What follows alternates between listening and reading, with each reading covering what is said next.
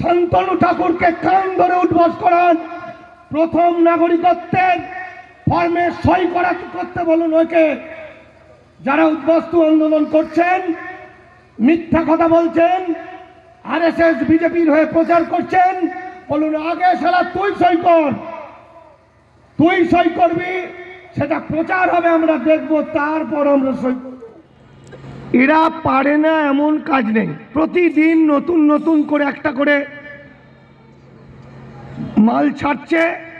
এই দুদিন আগে আমরা আস্তে আস্তে সোশ্যাল মিডিয়ায় দেখলাম, বিশ্বাস করি না প্রথমে, তারপর দেখলাম আনন্দবাজারে বেরিয়েছে এবং 24 ঘন্টাতেও দিয়েছে। নাগরিক এই যদি সিএএতে সাপোর্ট করে না, আপনার জন্য সখী বসে আছে, ফোন করলেই পাওয়া যাবে। কত বড় নির্লজ্জ! আমাদের মা বোনকে কোথায় নামিয়ে এনেছে। আজকে নাগরিকত্ব সংশোধনী আইনে পাশ করলে তাদের প্রত্যেকে একটা করে মহিলা দেওয়া হবে। এটা অমিত শাহের ঘোষণা, অমিত শাহের ঘোষণা।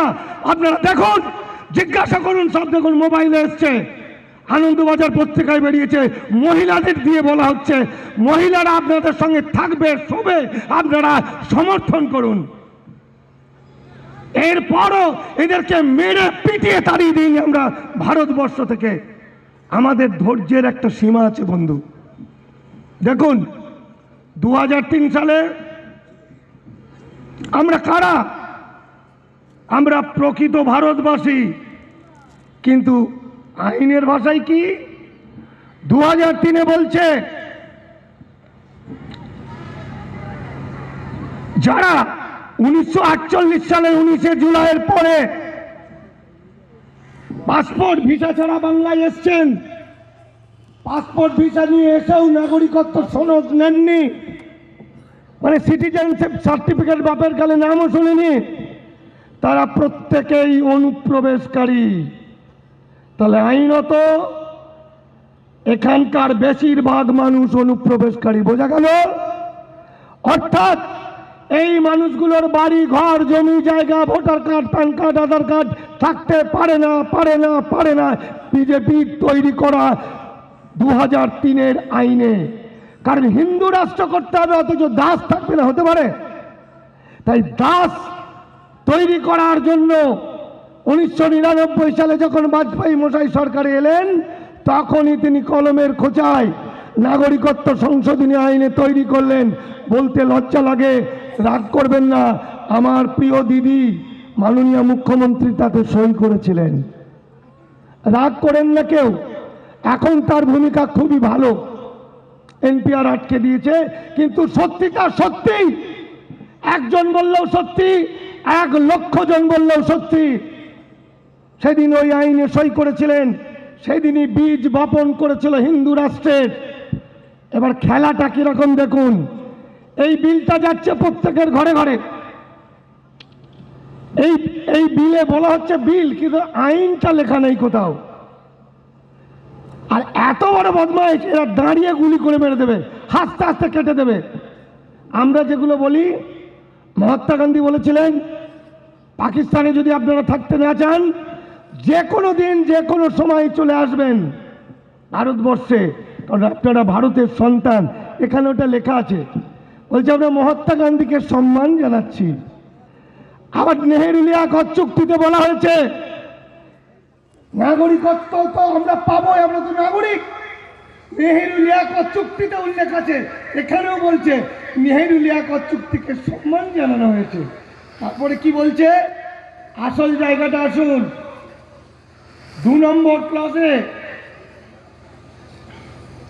আমাদের মনে রাখতে হবে যে এই অধিনিয়মে উৎপীড়িত ছিন্নমূল সমুদায়ের বিশিষ্ট বর্গের মানুষদের হিত করা হয়েছে। আপনারা সবাই কি বিশিষ্ট বর্গ? 60 থেকে 70 লক্ষ মতুয়া ভাইরা প্রত্যেকেই কি বিশিষ্ট বর্গ? এটা স্পেশাল। তার মানে স্বরাষ্ট্র দপ্তরের হিসাবের সেই 31,313 জন, তাই তো? এরাই হচ্ছে বিশিষ্ট বর্গ। শান্তনু ঠাকুরকে কান ধরে উঠবাস করান, প্রথম নাগরিকত্বের ফর্মে সই করতে বলুন ওকে। যারা উদ্বাস্তু আন্দোলন করছেন, মিথ্যা কথা বলছেন, আরএসএস বিজেপির হয়ে প্রচার করছেন, বলুন আগে শালা তুই সই কর, তুই সই করবি, সেটা প্রচার হবে, আমরা দেখব, তারপর আমরা সই করব। তুই আগে মর, তারপর আমরা মরবো, কারণ আমাদের ছেলে পিলে আছে, আমরা সই করব না। তাই তো এবার দেখুন আর একটা ইস্তাহার দেখুন, এটা হলো এই 4-5 দিন আগে। আমি মোদী সাহেবকে উদ্দেশ্য করে বলছি, উনি তো মহাপুরুষ, কাছে যাওয়া যায় না, যে আপনারা রান্নাঘরে বসে মানুষের ক্ষতি করতে চাইলে খবর আমাদের কাছে সব চলে আসবে। মুখ্যমন্ত্রী এনআরসি ট্রেনিং দিতে গেছিল, টুকুস করে খবর কাগজ সহ চলে এসছে, সেই নিয়ে কোটি কোটি মানুষের কাছে আমার ডায়লগ পোস্ট হয়ে গেছে। এই বাচ্চা ছেলেটার দৌলতে ও আমার ভিডিও নিয়েছিল, সেই ভিডিও কোটি কোটি মানুষের কাছে গেছিল, প্রায় 60 লক্ষ সেটা ভিউয়ার, 60 লক্ষ ইন্টু 4 জন করে হলো মানে ক কোটি, সেই মানুষের উত্তাল তরঙ্গ, তারপর ইমতিয়াজ ভাইদের চিৎকার, গণ আন্দোলন কর্মীদের উল্লাস, গোটা বাংলা গোটা ভারতবর্ষ, শেষ পর্যন্ত মমতা ব্যানার্জি বলতে বাধ্য হয়েছে বাংলায় এনপিআর এনআরসি বন্ধ। তাহলে রাজনীতি আমরা না করতে পারি বন্ধু, রাজনৈতিক দালালগুলো কোন দিকে যাচ্ছে সমস্ত নজর আমাদের আছে। কারণ দেশ যারা চালাচ্ছে সেই আইএস আইপিএস ডব্লিউবিসিএসদের মধ্যেও আমাদের প্রভাব কম নয়, তারাও বহুজন আছে দেশপ্রেমিক, এরা দেশকে বাঁচাতে টুকুস করে মোবাইলে ফোনটা তুলে আমাদের কাছে পাঠিয়ে দিচ্ছে। তাই যত বেশি ক্ষতি করতে চাইবে তত বেশি আমরা তোমাদের ধরে ফেলবো, তোমাদের মুখোশ আমরা টেনে ছিঁড়ে নামিয়ে দেবো। বন্ধু, এটাতে বিজেপির পশ্চিমবঙ্গ বিজেপি উদ্বাস্তু সেল আহ্বায়ক মোহিত রায় কর্তৃক প্রকাশিত। তা তিনি কি প্রকাশ করেছিলেন বিজেপি ভাইদের জন্য? একটু আইনের কথা বলেছেন দ্বিতীয় পাতায়, বলছে মনে রাখতে হবে যে অর্থনৈতিক কারণে চলে আসা কাউকে রাষ্ট্রসংঘের সংজ্ঞায় উদ্বাস্তু গণ্য করা যায় না। মনে থাকলো? তাহলে সবাই উদ্বাস্তু হতে পারে না। সবাই 2003 আইনে অনুপ্রবেশকারী মাথায় ঢুকিয়ে নিন। সুতরাং এই অনুপ্রবেশকারী বলার, আমাদের অনুপ্রবেশকারী ঘুষপেটিয়া উইপোকা বলাটা আমরা ইঞ্চিতে ইঞ্চিতে হিসেব মিটিয়ে দেব শয়তান মানুষগুলোর কাছে, কারণ আমরাই প্রকৃত ভারতবাসী।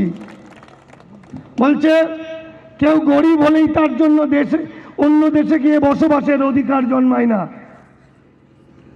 তাহলে ভারতবর্ষের অর্ধেক মানুষ ধনী দেশ আমেরিকায় চলে যেত। ডায়লগগুলো দেখুন, সত্যিই তো বলছেন। সুতরাং ভারত সরকার যাদের নাগরিকত্ব দিচ্ছেন তারা আন্তর্জাতিক স্বীকৃতি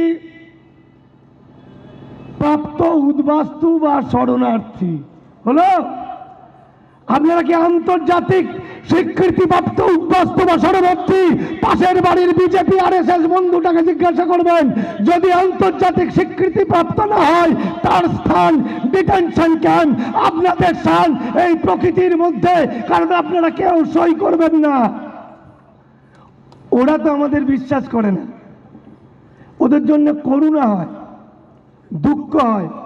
আপনার আমার আত্মীয়, ওরা দিলীপের কথা বিশ্বাস করে, ওরা মোদির কথা বিশ্বাস করে, ওরা অমিত শাহের কথায় বিশ্বাস করে, আগে আগে গিয়ে সইটা করে নেবে। কারণ ডিটেনশন ক্যাম্পে তো সবাই থাকতে পারবে না, একটা কোটা আছে, তো সমস্ত কোটাগুলো, সমস্ত ডিটেনশন ক্যাম্পগুলো ভর্তি করে দেবে আরএসএস আর বিজেপির লোকেরা। তাই তো? কি বলছে এখানে? এই সংজ্ঞার বাইরে অন্য কেউ ভারতে ঢুকলে তারা অনুপ্রবেশকারী। কি কাণ্ড দেখুন, এই সংজ্ঞার বাইরে অন্য কেউ ভারতে ঢুকলে তারা অনুপ্রবেশকারী, যাদের দেশ থেকে বিতাড়ন করা আইনি ও জাতীয় কর্তব্য। তার মানে জাতীয় কর্তব্য পালন করছেন মোদি ভাইরা, আর আমরা বিরোধিতা করছি। আমরা বলছি ভাই, জাতীয় কর্তব্য, জাতীয় তো আমাদের নিয়ে, আমরাই তো জাতির আসল মানুষ, আমরাই তো অখণ্ড ভারতবর্ষের ভূমিপুত্র, আমরাই তো অনার্য। আমাদের দেশকে, এটাই তো অনার্য ভূমি, এটা দেশকে ধ্বংস করে খ্রিস্টপূর্ব 2000 থেকে খ্রিস্টপূর্ব 1500 খ্রিস্টাব্দে আর্য দস্যুরা, শয়তানরা ঘোড়া ছুটিয়েছে আমাদের অনার্য হিন্দু সভ্যতা, হরপ্পা মহেঞ্জোদারো সভ্যতাকে ধ্বংস করে, আমাদের পরাজিত করে এতদিন আমাদের শেষ করে দিয়েছে ওই আর্যরা। তাই ওদের দেশ শেষ, এবার আমাদের করতে হবে। আমাদের কোনো জায়গায় সই করব না। আমরা যা শুনলাম সমস্তটা কাগজ দেখে নেব, ইন্টারনেট দেখব, গ্রামে গ্রামে মহল্লায় মহল্লায় ছড়িয়ে দেব। একজন ওদের সাহায্য করবে না, একজনও এনপিআরে সই করবে না, একজনও সিএতে সই করবে না। এই বলে আমি আমার পরবর্তী বন্ধু আমাদের বসে আছেন যারা দারুণ সুন্দর করে আপনাদের একটা একটা অংশ ধরে ধরে বলবে, তাদের দিকে ছেড়ে দিয়ে আমি আপনাদের সকলকে নমস্কার জানাচ্ছি। নমস্কার। অসংখ্য ধন্যবাদ লেখক মানিক ফকিরকে।